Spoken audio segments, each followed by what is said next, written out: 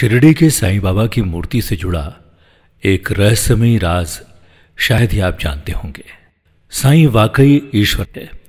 खास बात यह है कि साईं बाबा की पूजा अर्चना सिर्फ भारत में ही नहीं, आज पूरी दुनिया में होती है और उनके चमत्कारों का गुणगान भी आज सारी दुनिया करती है। जी हाँ, तभी शिरडी में साईं के दरबार में विदेशी सैलानी भी आते हैं।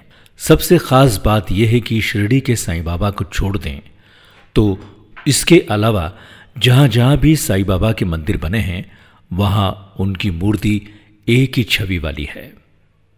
जी हाँ, वो भी संगमरमर की मूर्ति है। मान्यता है कि साईं के इस आसन वाली मूर्ति को शिरडी में ही बनाया गया था, जहाँ उन्होंने अपनी समाधि ली थी। इस मूर्ति की पूजा साल 1954 से लगातार की जा रही है। ऐसी मूर्ति के पीछे एक गहरा राज भी छुपा हुआ है, जिसके बारे में उनके भक्तों को शायद ही पता हो। दरअसल लोगों का मानना है कि साईं अपने भक्तों के कष्टों को दूर करने के लिए खुद आते हैं। एक घटना खुद साईं बाबा की ये मूर्ति बनाने वाले शिल्पकार से जुड़ी है। इसके बारे में जानकर आपको भी हैरानी होगी। जी हाँ, जिस शिल्पकार को साईं बाबा की मूर्ति बनाने के लिए कहा गया, उसके सामने सबसे बड़ी मुश्किल ये थी कि वो मूर्ति को किस तरह की बनाए। ऐसी दुविधा में उससे कहा गया कि वो साईं बाबा को याद करके मूर्ति बनाए।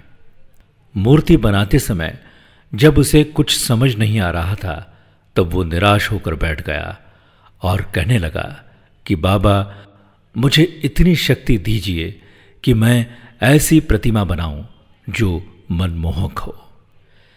इसके बाद साईं बाबा ने खुद दर्शन दिए और जिसके बाद ये आसन वाली मूर्ति बनी।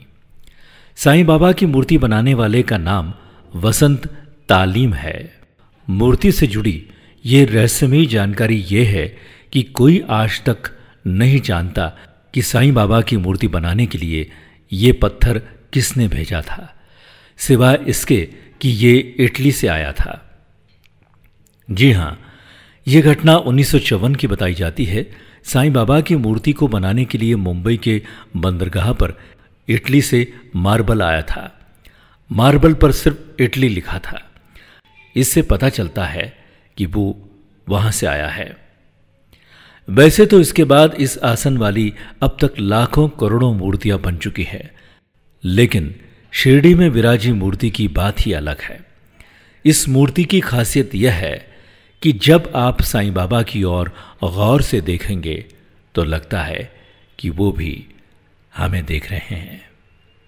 जी हाँ, साईं बाबा की नज़र हर भक्त पर रहती है और साईं बाबा हर भक्त के कष्ट दूर करते हैं।